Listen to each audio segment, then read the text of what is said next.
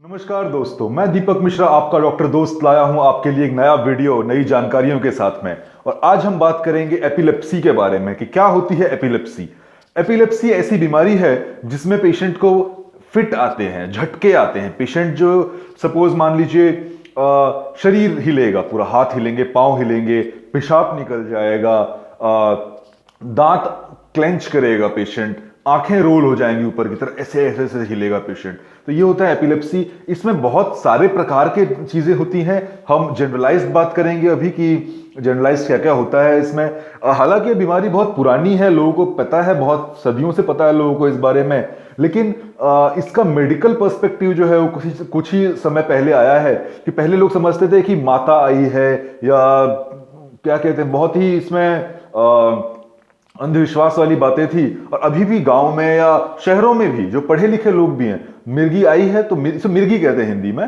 तो मिर्गी आई है तो क्या करें, मिर्गी का इलाज जूता सूंघाएं, प्याज सूंघाएं? नहीं, बिल्कुल नहीं करना है ये सब। लोग बोलते हैं जूता सुखाने से तो ठीक हो गया पेशेंट। अरे तो ठीक तो वैसे भी हो जाना है, क्योंकि ये हमेशा थोड़ी रहता है, ये तो 1-2 मिनट के लिए ही होता है। तो हालांकि ये अलग अलग होता है, हर पेशेंट में अलग होता है, लेकिन कुछ मिनट से लेके कुछ 5 मिनट 7 मिनट ऐसे भी रह सकता है मैक्सिमम, उससे ज्यादा नहीं रहता है मोस्टली ये। तो ये जूता सूंघाना, प्याज सूंघाने वाला काम नहीं करना है। क्या करना है वो मैं आपको बताऊंगा कुछ देर में। पहले मैं आपको बीमारी के बारे में थोड़ा बता दूं कि बीमारी कई बार बचपन से होती है पेशेंट को, कि बचपन से ही एपिलेप्सी के झटके बीच बीच में आते रहते हैं पेशेंट को। इसमें जरूरी है कि आप डॉक्टर के पास ले जाएं। दवाइयां होती हैं इसके, और काफी असरदार दवाइयां होती हैं जिससे कंट्रोल होती है। तो बचपन से होता है ये बीमारी। कई पेशेंट में होता है कि बड़े होने पे मान लीजिए एक्सीडेंट हो गया, कुछ हो गया, सर में चोट लग गई, सर में ब्लीडिंग हो चुका था पहले, तो इस तरह की सिचुएशन में भी एपिलेप्सी खड़ी हो सकती है, बाद में आ सकती है पेशेंट को। मोस्ट कॉमन जो नॉन न्यूरोलॉजिकल कॉज है, जिसमें दिमाग से जो न्यूरोलॉजी, जो ब्रेन जो है, उससे रिलेशन नहीं है उसका। लेकिन जैसे कि शरीर में शुगर की कमी, जैसे कि डायबिटीज पेशेंट में मान लीजिए खाना नहीं खाया और दवाई खा ली डायबिटीज की, उससे शुगर कम हो जाएगा। मान लीजिए खाना नहीं खाया, इंसुलिन का इंजेक्शन ले लिया पेशेंट ने, तो उससे शुगर कम हो जाएगा। तो जब शुगर कम हो जाता है शरीर में, तो उससे भी ये हो सकता है, एपिलेप्सी के झटके आ सकते हैं। तो ये भी एक कारण है। तो ये है एपिलेप्सी। और या एपिलेप्सी में सबसे एपिलेप्सी इलाज इसका बहुत ही सक्सेसफुल इलाज है। दवाइयां होती हैं, कॉम्बिनेशन होती है दवाइयां। आपको न्यूरोलॉजिस्ट के पास में, जो दिमाग के डॉक्टर जो होते हैं, दिमाग के डॉक्टर में 2 टाइप के डॉक्टर आते हैं। एक साइकेट्रिस्ट होते हैं, जिसे कहते हैं कि साइकोलॉजिकल बीमारी जो होती है, जैसे स्ट्रेस हो गया, डिप्रेशन हो गया, इस तरह की बीमारियां जो हैं, जिसमें पेशेंट को अच्छा नहीं लगता है, सुसाइड करने की इच्छा होती है, जो कि साइकेट्री पार्ट। तो इसके डॉक्टर अलग होते हैं, ये होता है साइकेट्रिस्ट। एक होता है न्यूरोलॉजी पार्ट, जो कि ब्रेन से रिलेटेड काम होता है। जैसे कि एपिलेप्सी हो गया, किसी को लकवा मार जाता है, स्ट्रोक होता है, तो ये न्यूरोलॉजिस्ट देखता है। न्यूरोलॉजिस्ट के पास आपको जाना होता है इन सब बीमारियों में। तो आप एपिलेप्सी में न्यूरोलॉजिस्ट के पास जाएंगे, वो आपका टेस्ट करेंगे। ईईजी एक टेस्ट होता है उसमें, बहुत इंपॉर्टेंट।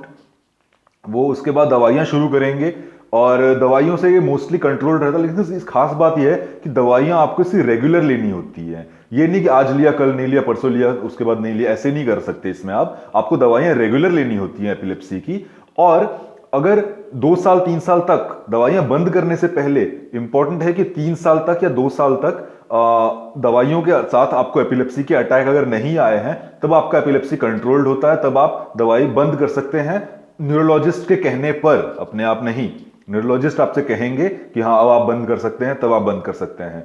क्योंकि समझ लीजिए कि अगर आपको एपिलेप्सी की परेशानी है और आप दवाई बंद करते हैं, अगर आप गाड़ी चला रहे हैं, सपोज मान लीजिए आप ट्रेन पकड़ रहे हैं, मान लीजिए उस वक्त अगर आपको अटैक आ गया, तो सोचिए क्या होगा। आप गाड़ी चला रहे हैं, उस वक्त आपको एपिलेप्सी का अटैक आ गया, तो आप रास्ते पे, सड़क पे गाड़ी चला रहे हैं, तो एक्सीडेंट होगा।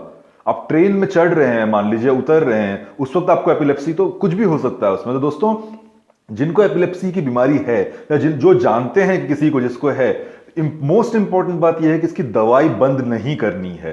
एपिलेप्सी की मोस्ट इंपॉर्टेंट बात है, इसकी दवाई कंटिन्यू कीजिए। कब आ जाए एपिलेप्सी ये आपको पता नहीं होता है, मिर्गी का दौरा कब आ जाए ये पता नहीं होता है आपको। तो ये इंपॉर्टेंट बात है इसमें, एपिलेप्सी में। दूसरी बात यह है, हाँ, इसकी दवाइयां जो होती हैं, जो प्रेग्नेंट लेडीज होती हैं, जो लेडीज होती हैं और जिनके प्रेग्नेंट हो जाती हैं, तो कुछ दवाइयां चेंज करनी पड़ती है। जैसे ही आपको पता चले कि आप प्रेग्नेंट हो गए हैं, आप अपने डॉक्टर से मिलिए। और वो दवाइयाँ चेंज करेंगे आपकी, बिकॉज कुछ दवाइयाँ जो होती है जो होने वाले बच्चे पे खराब असर डाल सकती हैं ये दवाइयाँ, तो इसीलिए उसको आपको ज़रूरी है कि आप दवाइयाँ चेंज कराएं डॉक्टर से मिलकर। और करना क्या है, जब पेशेंट आपके सामने कोई है, मान लीजिए जैसे सड़क पे कहीं भी एपिलेप्सी का दौरा आ जाए, तो उसके बाद हो सकता है कि वो बेहोश हो जाएगा, उसको पता नहीं हो रहा है क्या हो रहा है। आपको सबसे पहले उसका गर्दन जो है उसको टेढ़ा करना है थोड़ा सा, मतलब उसको साइड की तरफ लिटाना है पेशेंट को, सो दैट जो उसके मुंह से जो झाग निकलेगा वो उसके लंग्स में ना जाए। जब झाग जो है, पानी जो होता है, वो अगर फेफड़ों में चला जाता है तो उससे निमोनिया और उससे बहुत सारी अलग बीमारियां हो सकती है, जिससे फेफड़ों का इन्फेक्शन हो जाएगा। और इससे इन्फेक्शन तो बात की बात है, उस वक्त सांस रुकने की वजह से अगर झाग पानी जो है फेफड़ों में चला जाता है तो सांस रुक जाएगा, पेशेंट सांस नहीं ले पाएगा, उस वजह से उसकी मौत भी हो सकती है उस समय पर। तो इसीलिए मोस्ट इंपॉर्टेंट है पेशेंट का को टर्न कीजिए और उसके सारे झाग और सारा पानी जो है वो नीचे गिरता रहे, साइड में गिरता रहे। तो हाँ, इंपॉर्टेंट है दांत जब वो क्लेंच कर रहा हो उसमें उसको दांत ओपन रखने के लिए हाथ ना डालें, इतना जोर से क्लेंच करेगा कि आपकी उंगलियां कटने का डर रहेगा, ध्यान रखें ये बिल्कुल ना करें। हो सके तो कोई प्लास्टिक की चीज, कोई ऐसी चीज, अगर मेटल की चीज डाल देंगे, कोई लोहे की चीज डाल देंगे तो उसके दांत टूट जाएंगे पेशेंट के। तो ऐसा कोई फ्लेक्सिबल चीज डाल दीजिए ताकि उसका जीभ अंदर रहे और जीभ ना कटे। और अगर नहीं तो कोई बात नहीं, जीभ कटेगा तो फिर ठीक हो जाएगा जीभ में, उसकी चिंता ना करें, जान बचाना ज्यादा जरूरी होता है। तो एपिलेप्सी में हमने क्या सीखा? एक तो ये बहुत पुरानी बीमारी, सबको पता है इसके बारे में, मिर्गी के नाम से पता है लोगों को, और मेडिकल साइड में क्या करें क्या नहीं करें नहीं पता है। तो इस बारे में आप जानिए। मिर्गी के पेशेंट को झाड़ फूक नहीं कराना है, उसको ले जाना है न्यूरोलॉजिस्ट के पास में, एक डॉक्टर के पास ले जाइए, वो आपका टेस्ट करेंगे और कितना हद तक एपिलेप्सी होता है हिस्ट्री लेंगे। इसमें हिस्ट्री मोस्ट इंपॉर्टेंट होता है कि एपिलेप्सी जब होता है पेशेंट को तो क्या उससे पहले कुछ आंखों में चमकता है, कुछ ऐसे आंखों के आगे अंधेरा छाता है, ऐसी फील आती है कि अब एपिलेप्सी का अटैक आने वाला है, या कोई स्मेल से फिर मिर्गी आती है, या कोई चीज होता है कई बार कि कोई स्मेल से किसी को मिर्गी आने लगती है, किसी तरह के लाइट से मिर्गी आने लगती है। ऐसा तो नहीं होता, कहीं सरदर्द तो नहीं होता उस वक्त या उससे पहले? क्या पेशेंट को याद रहता है कि एपिलेप्सी के दौरान, दौरे के दौरान उसने क्या किया था या उसके बाद उसने क्या किया था? क्या पेशेंट को याद रहता है? क्या पेशेंट होश में आता है तुरंत उसके बाद में? कितने मिनट तक एपिलेप्सी चलती है? तो ये सब बातें, क्या फैमिली में किसी और को है ये चीजें, ये सब बातें बहुत जरूरी है इसमें। तो ये हिस्ट्री और ट्रीटमेंट, जैसे मैं आपको बताया कि दवाइयों से बहुत अच्छे हद तक कंट्रोल होता है, और अब कुछ नए ऑपरेशंस भी आ रहे हैं जिससे कि एपिलेप्सी का इलाज किया जाता है ऑपरेशन के माध्यम से। इसका सक्सेस रेट इंडिया में उतना नहीं होता है ऑपरेशन ये, लेकिन ये इसका बढ़ रहा है, सक्सेस रेट धीरे धीरे बढ़ रहा है। तो दोस्तों, इस वीडियो के माध्यम से मैं कोशिश किया है कि आप तक ये मिर्गी के दौरे के बारे में इंफॉर्मेशन पहुंचाऊं। आई होप, मुझे उम्मीद है कि आपको काम आया होगा, थोड़ा आपका ज्ञान बढ़ाया होगा। और आगे इस वीडियो को इन चैनल को देखते रहिए, सब्सक्राइब कीजिए। मैं और मेडिकल से रिलेटेड जानकारियां आप तक लाता रहूंगा और विश्वसनीय जानकारियां लाऊंगा जो आपके रोजमर्रा के जीवन में आपके काम आएंगी, आपके परिवार के काम आएंगी। तो तब तक के लिए thank you very much for watching, और अपना ध्यान रखें, स्वस्थ रहें, सुखी रहें। Tata, bye bye.